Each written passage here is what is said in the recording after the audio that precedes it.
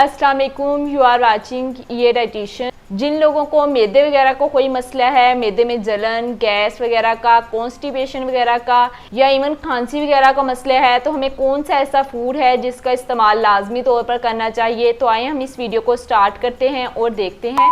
Basically शहद के अंदर एंटीऑक्सीडेंट ज़्यादा मिकदार में मौजूद होता है जो आपकी स्टमक हेल्थ को बेहतर करता है। स्टमक के अंदर आपके कोई डाइजेशन वगैरह का इशू है, गैस वगैरह का मसला है या आपको कब्ज़ वगैरह का मसला है, तो इनको चाहिए कि वो सुबह उठकर 1 चम्मच शहद का लाजमी तौर पर खा लें। इसकी वजह से उनके सारे मैदे के मसले ख़त्म हो जाएंगे।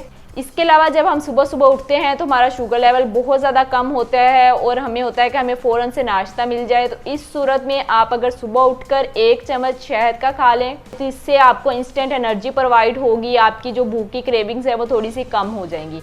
इसके अलावा मेरे वो क्लाइंट्स जो वेट कम कर रहे हैं और उन्हें शुगर की क्रेविंग्स होती हैं, तो इस सूरत में हमें वाइट शुगर तो उनको मना कर देते हैं, तो वो उसकी जगह हनी का इस्तेमाल कर सकते हैं, लेकिन इसका इस्तेमाल बहुत ज़्यादा नहीं करना। आप इसका 1 टीस्पून इस्तेमाल कर सकते हैं, उसको पानी में डालकर पी लें या फिर उसका वैसे इंटेक कर लें। इसके अलावा अगर किसी को खांसी है तो वो शहद का कहवा बनाकर इस्तेमाल कर सकते हैं। कहवा बनाते वक्त आपने 1 से 2 टीस्पून हनी शामिल करने हैं और इसमें आप छोटा सा पीस अदरक का भी शामिल कर सकते हैं। इससे आपकी पुरानी से पुरानी खांसी भी दूर हो जाएगी। अगर आप कस्टमाइज्ड डाइट प्लान हासिल करना चाहते हैं तो आप मुझसे इस नंबर पर रब्ता कर सकते हैं।